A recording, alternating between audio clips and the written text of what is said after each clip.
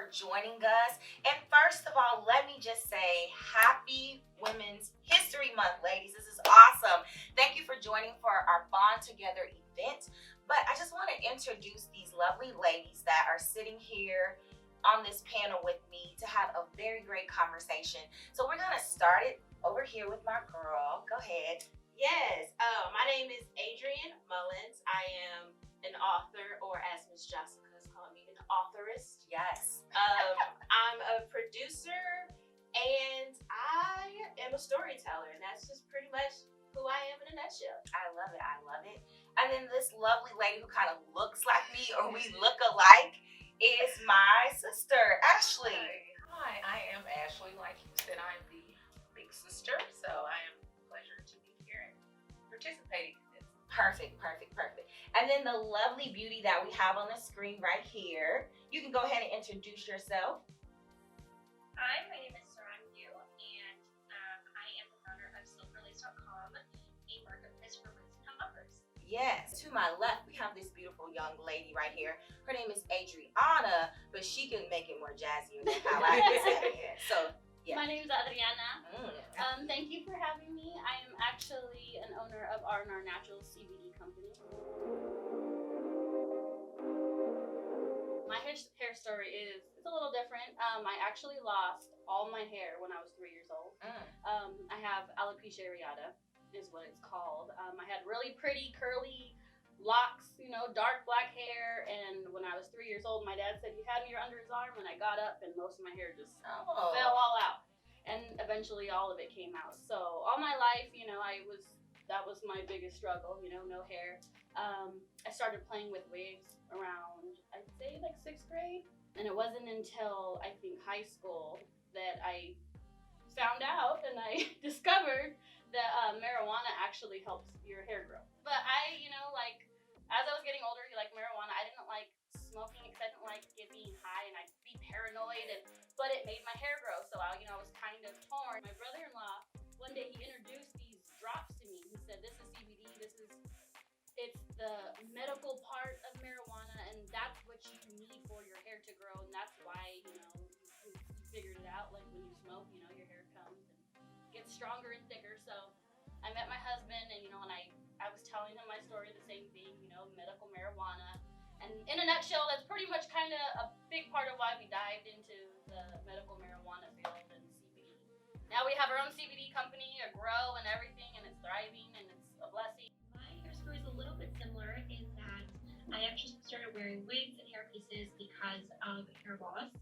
I have androgenic alopecia, which is the genetic form of hair thinning, and when I was going to get engaged, I took some engagement photos with my fiance, and I was just wearing hair extensions at that time, and when I got them back, my heart just fell. My hair looked so thin, it looked awful in my own eyes, and I realized that I wanted to find a better solution for my hair so that I could feel really confident on my wedding day, but in general, just living my life.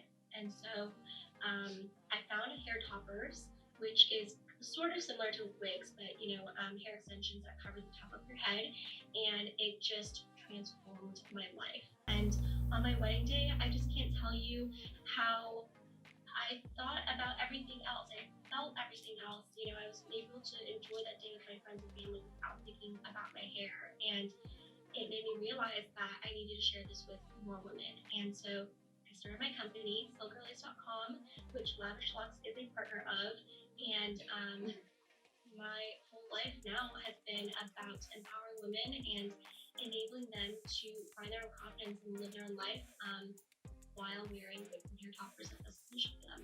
So I had curly hair, easy to do, easy to manage, lots of it. They used to call me Shaka Khan because it was just hair everywhere.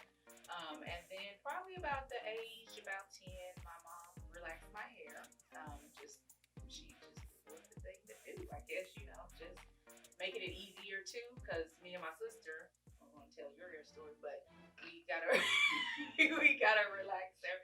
I learned easy how to wrap my hair.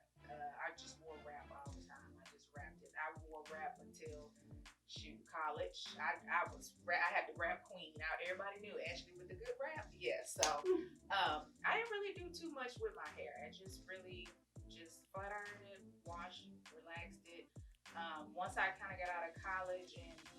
my sister introduced all this hair. She was the hair person, and I was like, I don't want to do that. But then once I got started, It's addictive. it is so. Now that I am natural, it is easier for me. There's nothing wrong with being natural, but for me, I need convenience, and it's just all the twisting and doing all that kind of stuff. Yes, I could wear it natural, but for me, I feel comfortable with my hair wearing extensions. Honestly, my hair story, I don't want to say it's interesting because it's not that interesting. When I was born, I was bald. And I was bald until I was 2 years old. And, I'm the first child, my dad's baby girl, and he could not stand people calling me a little boy. So my mom was like trying to figure out, okay, what can we do to get this baby some hair? Because I got my ears pierced. My dad was trying everything. Stop calling my baby girl a little boy. So she started putting Dax in my hair. And I don't know if Grease? Yes. Okay. That's old school, that real thick Dax grease. And it worked. It did its job. I went from no hair to a lot of hair. For most of my life, she would keep my hair like in twists and plaits, but kind of the same thing. When I got to a point where it was too much hair, I got a relaxer. And even then, me and my mom are very low maintenance. My mom has short hair, and she's had short hair since she was 16. So, doing hair isn't necessarily her forte. She doesn't have to. She has her little curling irons and go on about her day. Right. So for me, it was like really hard because she didn't really know how to do my hair, so therefore I don't really know how to do my hair. So up until like high school, my hair was either down or in a ponytail, and I ended up going natural. I always say I ended up going natural on accident because I was getting sew-ins back to back. I was in college. No one has time to do hair with a full schedule, and I wasn't getting my hair permed in between. And I had an associate who lived about 6 or 7 months, and she had did the same thing, and she permed her hair after 6 months, and she was telling me the story, and she said her hair fell out. At the time, that's when everybody was really going natural, and I was big on trying to not follow the trends, so I never wanted to go natural, but I was like, I'm in a little bit of a pickle here. So I was like, what do I do? So I just said, you know what, I'll just transition, and we'll cut it off at some point. And then July hit. And it was hot. And I just went to I made an appointment. She's like, why are you cutting your hair? I said, it's hot. She said, all right, put the little thing on me and started cutting. I'm glad that I went natural because I never realized how much I associated my self-esteem to my hair. Right. Until I cut it off. My hair story would start probably when I was younger, like most of you guys shared. My aunt, my mom's older sister, owned a salon, and she used to take us up there every single weekend, and my mom was her shampoo girl. And so I just remember being in the salon and the ladies with the Marcells, and they was like whipping the Marcells around, and they had long nails just like yours, and they would take their long nails and they would like comb the hair and style it. And I remember just falling in love with that. And this was back in the day when you didn't buy bundles, you didn't buy wigs, you bought packs of hair. So for Christmas, I got the doll that had the roller skates on it. And we had pink roller skates, whatever. And so I remember when I got her, I didn't like her hair. So I cut it into a bob. And then I was like, I don't like the bob. So my mom had some packs of hair, and I took the packs of hair, I glued the tracks in, and then I cut it into a bob. I used the Marcells, and I curled it under. And I just remember being so proud. Like, I was like, oh my gosh, I did this. And then after that, this just started this journey with wigs, extensions. And then fast forward to present day where, I own this wig store, and I'm able to help people like everybody on this panel achieve their hair goals. I'm able to switch up my hair because my hair is not the best hair. I'm starting to embrace my texture that's underneath this wig, but also I just like switching it up. I feel like I've come a long way in accepting my own hair as well. I think initially when I was 23 and I went on birth control and I lost half my head of hair, I felt so devastated. I lost my sense of, when it boils down to it, my sense of femininity and my almost my self-worth as a female. I remember there would be times when I wouldn't even want to go out. It seems so ridiculous to say this now because I feel totally different, but I didn't want to go out. I didn't want to meet my friends. I didn't feel confident at work. It was really boiling down to people won't value me because I am losing my hair. So that was a lot of my struggle, to answer your question.